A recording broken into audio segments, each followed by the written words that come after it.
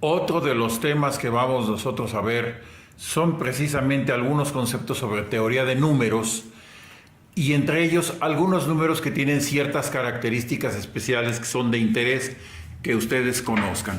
Son una serie de números que vamos a ver qué propiedades y qué particularidades tienen y por qué pueden ser importantes para nosotros. Los primeros de ellos son los que vamos a llamar nosotros números perfectos. Son aquellos números enteros que son iguales a la suma de sus divisores propios. Por ejemplo, si consideramos nosotros al 6, el 6 tiene como divisores propios al 1, al 2 y al 3. Si nosotros sumamos esos divisores propios, 1 más 2 más 3, ¿qué resultado nos da? Pues nos da ni más ni menos que el 6. Por lo tanto, es un número al que le podemos llamar número perfecto. Otro caso, por ejemplo, es el 28. El 28 tiene como divisores al 1, al 4, al 7 y al 2. Si nosotros lo sumamos, eso va a dar 14. Por lo tanto, este número 28 es otro número que también lo podemos llamar número perfecto. Euclides logró determinar que los números perfectos están dados por una expresión que es p igual 2 a la n menos 1 multiplicado por 2 a la n menos 1. Es decir, para cada uno de los casos que nosotros tengamos, podemos analizarlo mediante esta expresión, en donde n me representa a un número natural. Por ejemplo, si n igual 3, ¿qué va a ocurrir? Pues a la hora de sustituir aquí, p es igual a 2 elevado a la 3 menos 1 por 2 al cubo menos 1. Haciendo operaciones, esto es 2 al cuadrado, esto es 2 al cubo menos 1, 2 al cuadrado son 4, 2 al cubo es 8, 8 menos 1 son 7, 4 por 7 da 28, que es justamente el resultado que nosotros esperábamos, porque es igual a la suma de sus divisores. Este es un ejemplo que podemos considerar de un número perfecto. El siguiente número que podemos analizar especial es aquel que se llama el número feliz.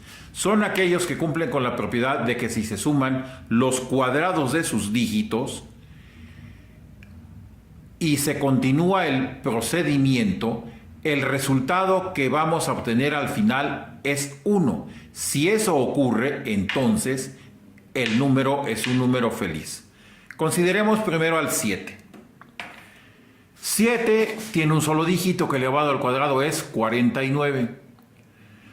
49 lo descomponemos en sus dos dígitos y los elevamos al cuadrado. 4 al cuadrado más 9 al cuadrado. Eso da 16 más 81, que son 97.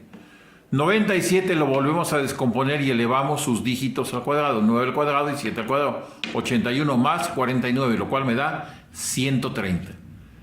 130 hacemos el mismo procedimiento, sus dígitos al cuadrado, 1 al cuadrado, 3 al cuadrado, 0 al cuadrado, me da 1 más 9 más 0, que son 10. 10 tiene dos dígitos, 1 al cuadrado más 0 al cuadrado, 1 al cuadrado es 1. Y en este momento vemos que 7 es un número feliz, porque a la hora de hacer el resultado de las sumas de sus cifras, el resultado, si resulta que es igual a 1, entonces se trata de un número feliz. Otro ejemplo, consideremos el 82. 8 al cuadrado más 2 al cuadrado son 64 más 4, que son 68. 6 al cuadrado más 8 al cuadrado son 36 más 64, que son 100. 1 al cuadrado más 0 al cuadrado más otro 0 al cuadrado es 1. Por lo tanto, se considera que 82 es un número que también es feliz. Otro ejemplo, 203. 2 al cuadrado más 0 al cuadrado más 3 al cuadrado nos da 4 más 9, que son 13. 1 al cuadrado más 3 al cuadrado son 1 más 9, que son 10. 1 al cuadrado más 0 al cuadrado es 1, por lo tanto 203 es un número feliz. Existen también algunos números que son primos felices. ¿Qué quiere decir eso? Que tienen ambas características, que el número de sus cifras elevadas al cuadrado da igual a 1 y que además son números primos. El ejemplo primero que vimos pues es el 7, donde ambas cosas se están cumpliendo. 7 es un número primo. Bueno, análogamente tenemos a los números infelices, que son aquellos que al analizarlos como números felices, entramos en un ciclo y nunca da como resultado el 1. Pongamos, por ejemplo, al 4. 4 tiene una sola cifra, que elevado al cuadrado es 16. 16 tiene dos cifras, 1 al cuadrado más 6 al cuadrado son 1 más 36, que son 37. 37 lo elevamos al cuadrado de sus cifras, nos da 58. 58 lo elevamos al cuadrado, nos da sus cifras con 89. Volvemos a repetirlo, ahora da 145. Lo hacemos con el 145 y ¿qué me da? Me da 42. 4 al cuadrado más 2 al cuadrado son 16 más 4, que son 20. 20 al cuadrado más 0 al cuadrado son 2 al cuadrado más 0 al cuadrado, que son 4. 4 al cuadrado son 16. Volvemos otra vez, 1 al cuadrado más 6 al cuadrado, me da 37. Luego me da 58. ¿Y qué observamos? Que comienza a repetirse el ciclo, porque era 16, 37, 58. Y acá vemos que comienza 16, 37, 58 y así sucesivamente. Vamos a caer en una situación en la cual siempre vamos a estar repitiendo los resultados y no vamos a llegar nunca a obtener uno. Por lo tanto, al generarse un ciclo de esta naturaleza, decimos que estamos hablando de un número infeliz. Otro concepto que podemos tener es el número llamado odioso. Es todo número que al expresarlo en forma binaria, es decir, en base 2, contiene un número impar de unos. Debemos recordar que para convertir cualquier número de base decimal, que es la que usamos, a base binaria o base 2, tenemos que ir dividiendo sus cifras entre 2 para así obtenerlo. Por ejemplo, si consideramos 35. Para transformarlo a binario, 35 entre 2 son 17 y me sobra 1. Volvemos a dividir el resultado entre 2. 17 entre 2 es 8 y me sobra 1. Seguimos. 8 entre 2 es 4. El resultado del residuo es 0. 4 entre 2 es 2. El residuo es 0. 2 entre 2 es 1 y el residuo es 0. Para expresarlo en forma binaria, ¿qué es lo que hacemos? Tomamos el último cociente, que en este caso es 1, y lo colocamos. Y nos vamos al revés, en el sentido inverso de cómo comenzamos. 1, 0, 0, 0, 1, 1. Y eso lo ponemos aquí. Esta cifra que está aquí es el número 35 expresado en sistema binario. Si vemos, hay 3 números unos. Como el número de unos es un número impar, entonces 35 es lo que conocemos como un número odioso. ¿Por qué? Quién sabe, pero así se le conoce. Bueno, entonces la situación es que debemos de saber convertir números al sistema binario. Se supone que ustedes ya en algo que vieron en informática, pues ya saben cómo convertir números decimales, números de base 10 a diferentes bases. Número malvado es todo aquel número que expresado también en base 2 o binaria tiene un número par de unos, es decir, lo contrario del anterior. Por ejemplo, el 15. Transformamos a binario. 15 entre 2, 7, me sobra 1. 7 entre 2 a 3, me sobra 1. 3 entre 2 a 1, me sobra 1. Y ponemos último residuo 1. Residuos del último hacia el primero, 1, 1, 1, y aquí está. Este número de unos, que es el 15, expresado en base 2, vemos que es un número par de unos, porque hay 4 unos. Por lo tanto, se trata de un número llamado malvado. ¿Por qué? Tampoco lo sé, pero así se le llama. Bueno, ¿por qué? Pues las características que tiene son esas. El número de unos que se obtiene al transformarlo a base binaria.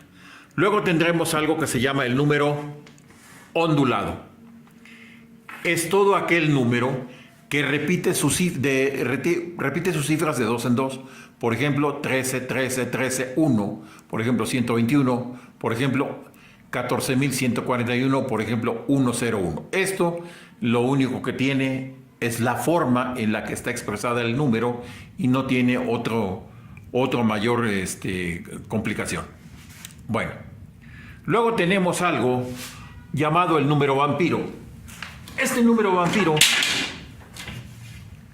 es aquel que está formado por un número de par de cifras con las características de que al multiplicar la mitad de sus cifras por la otra mitad, el resultado debe ser el mismo número. Obviamente, podemos tener diferentes combinaciones y también, obviamente, el número tiene que tener un número par de cifras.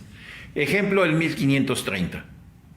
En 1530 podemos separar sus cifras y ver qué pasa. Si, por ejemplo, consideramos 13 por 50, eso me da 650. No pasa nada, no tenemos nada. 10 por 53 son 530, tampoco tengo nada. 51 por 30, 1530. Ah, coincide con el número que yo tengo. Si esto ocurre, tenemos lo que se llama un número vampiro. Porque si acomodamos las cifras de tal manera que nosotros podamos multiplicarlas, veremos que el resultado es el mismo número. Cuando tenemos una situación de estas, hablamos de que el número es un número vampiro. Debo aclarar que debemos de considerar todas las posibilidades que se pueden presentar, ya sea en el orden, porque puedo también, por ejemplo, tener 31 por 50 o puedo tener también 35 por 10. Hay que ver cuál de todas las posibilidades que se presenta aquí, pues es la que es correcta. A veces puede que haya, a veces puede que no. Otro ejemplo, 2187. 2187 puede ser 28 por 17, que me da 476, y no es nada, no tiene nada que ver. 18 por 72, que son 1296, tampoco tiene nada que ver. Pero 27 por 81 sí me da 2187, y por lo tanto, este número 2187 también es otro caso de un número, en este caso llamado número vampiro. Tenemos ahora otro caso, el que le vamos a llamar números oblongos. Son aquellos que son el producto de dos números naturales consecutivos, es decir, que pueden expresarse como n por n más 1. Obviamente esto me da n cuadrada más n. Por ejemplo, si n igual 2, vamos a ver cuál es el número, qué número oblongo puede resultar. 2 al cuadrado más 2 es 4 más 2, que es 6. 6 es entonces un número oblongo, porque es el producto de dos números consecutivos. En este caso, 2 por 3, 6. Cuando n igual 3, es 3 al cuadrado más 3, 9 más 3, que son 12. Es decir, esto es 3 por 4, que son 12. 12 también es un número oblongo, es decir, es el producto de dos números naturales consecutivos. Cuando n igual 4, 4 al cuadrado es 16, más 4, que son 20. 20 también es un número oblongo, porque es el producto de dos números consecutivos, en este caso, el producto de 4 por 5. Luego tenemos los llamados números amigos, que son aquellos en los que la suma de sus divisores propios de uno de ellos es igual a la suma de los divisores propios del otro, sin incluir al propio número e incluyendo a la unidad. Es decir, ¿qué tenemos que hacer? Descomponer cada número en sus factores y sumarlos, excepto el mismo número, en este caso el 220, en este caso el 284, no se incluyen. Si la suma de estos me da el otro, entonces son los llamados números amigos. Por ejemplo, el 220 tiene como factores a 1, 2, 4, 5, 10, 11, 20, 22, 24, 44, 55, 110 y 220. Aquí repetí dos veces el 22. Es decir, es suficiente con que aparezca una sola vez. Bueno, si nosotros sumamos todos excepto el 220, ese resultado que me da 284. Y en el caso de abajo, si sumamos todos excepto el 284, el resultado me va a dar 220. Entonces, ¿qué pasa? Que los números 220 y 284 se llaman números amigos, porque sumando todos sus divisores, los de uno me dan el otro y los del otro me dan el primero. Por lo tanto, son los llamados números amigos. Luego recordaremos dos casos de números que ustedes ya deben de conocer, lo que son los números primos. ¿Qué son los primos? Aquellos que son solamente divisibles entre sí mismos y entre la unidad. Y para determinarlos necesitamos conocer la divisibilidad entre cada uno de los diferentes números que tenemos y así poder saber si son primos o no.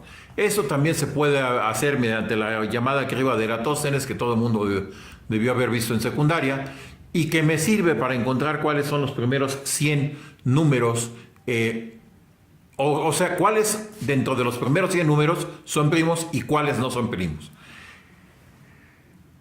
Recordemos que un número es primo cuando es solamente divisible entre sí mismo y entre la unidad. Y aquí hay que hacer la aclaración. Algunos autores dicen que el 1 no es primo, algunos autores dicen que sí. Yo le aplicaría la definición. ¿1 es divisible entre sí mismo? Sí. ¿1 es divisible entre la unidad? También. Por lo tanto, cumple con las dos condiciones. Podemos decir que el 1 es también un número primo. Números compuestos. Aquellos que además de ser divisibles entre ellos mismos, son divisibles entre la unidad y entre otros números naturales, que pueden ser varios. Cuando eso tenemos, decimos que un número compuesto está formado por varios factores. Es decir, los podemos factorizar encontrando cuáles son los factores que lo forman, o bien los llamados divisores propios, es decir, entre qué número se puede dividir un número compuesto que nosotros estemos considerando. Estos dos conceptos que se supone ya sabemos, los debemos de tener presentes para lo que vamos a ver a continuación. Bueno, números primos gemelos. Se dice que dos números primos, P y Q, son primos gemelos si Q es mayor que P y si la diferencia entre ellos es igual a 2. Bueno, tenemos el 11 y el 13. Veamos. 13 es mayor que 11, sí. La diferencia entre ellos, ¿cuánto es? Pues es 2. Por lo tanto, decimos que son primos gemelos. Otro ejemplo puede ser 59 y 61. 59 y 61 ambos son primos, donde 61 es mayor que 59 y la diferencia entre ellos es 2. Por lo tanto, cuando tenemos casos de estos, podemos ver que son primos gemelos. Es decir, están uno enseguida del otro. Debemos de considerar que estos números primos gemelos son consecutivos. Pero hay que fijarse bien cuándo esto ocurre. Aquí en estos dos ejemplos claramente se puede apreciar que son primos gemelos. Luego tendremos una de las cosas más tocadas o más habladas por muchos autores, que son los números primos de Fermat. Son aquellos números naturales que tienen una forma en donde Fn es igual a 2 elevado a 2 a la n más 1. Aquí no confundir, es 2 elevado a la n, 2 elevado a la 2 a la n, y el resultado debe de ser también un número primo. Es decir, si esto sucede, podemos encontrar cualesquiera números primos. Sin embargo, pues esto tiene limitaciones. Por ejemplo, si decimos que n igual a 1, sustituimos el primer número primo de Fermat, F1, será 2 elevado a la 2 y este 2 elevado a la 1. 2 elevado a la 1 pues es 2. 2 al cuadrado más 1. 2 al cuadrado es 4 más 1 que son 5. Por lo tanto, el primer primo de Fermat es el número 5. Si n es igual a 3, pues es 2 elevado a la 2, que a su vez está elevado al cubo, más 1. 2 al cubo son 8, es 2 a la octava más 1, lo cual me da 256 más 1, que son 257. Este tipo de números primos ha generado muchas controversias a través del tiempo, porque por ejemplo Euler, otro matemático bastante conocido, demostró que cuando n es igual a 5, el número que se genera sustituyendo en esta expresión no es un número primo, sino que es un número compuesto. Y la teoría dice que cada vez que apliquemos esta expresión, el resultado debe ser un número primo. Entonces, pues ahí hay ciertas inconsistencias en el desarrollo de este concepto. Luego tendremos los llamados números primos de Mersenne, que son aquellos de la forma 2 elevado a la p, en donde p es un número primo también. Por ejemplo, Si P es igual a 7, 2 elevado a la 7 menos 1 me da 128 menos 1, que es 127. 127, pues sí, es un número primo. Si P es igual a 5, entonces 2 a la quinta menos 1 es 32. 32 menos 1 me da 31, que también es un número primo. Esto funciona en unos casos sí y en otros no. Entre los números primos comprendidos desde el 1 hasta el 257, hay varios casos en los cuales no funciona. Luego finalmente tendremos lo que le llamamos números narcisistas. ¿Qué es el narcisismo? Quererse parecer a uno mismo. Bueno, y son aquellos que son iguales a la suma de sus dígitos elevado a la potencia n, en donde n es el número de cifras que tiene. Por ejemplo, veamos el 153. ¿Cuántas cifras tiene? 3. Si nosotros sus cifras las elevamos al cubo, ocurre que 1 al cubo es 1, 5 al cubo son 125 y 3 al cubo son 27, lo cual sumado me da 153. Es decir, este número 153 es la suma de los cubos de sus cifras. Este concepto también funciona en algunos casos, en otros no. Bueno, todos estos temas, conceptos que hemos estado manejando, corresponden a algo que en matemáticas se llama la teoría de números, que en algunos casos, por ejemplo, en diferentes desarrollos de matemáticos, pues son de utilidad y el programa de ustedes pues lo incluye. Por lo tanto, tratamos de desarrollarlo de una manera más o menos sencilla y accesible para que ustedes vean este tipo de números y qué características y propiedades tienen. Bueno, como tarea pediré que se encuentren 5 ejemplos adicionales de cada uno de los casos de los números especiales que hemos expuesto, para pues que traten de aplicarlo y traten de entenderlo. Eso quedaría como tarea.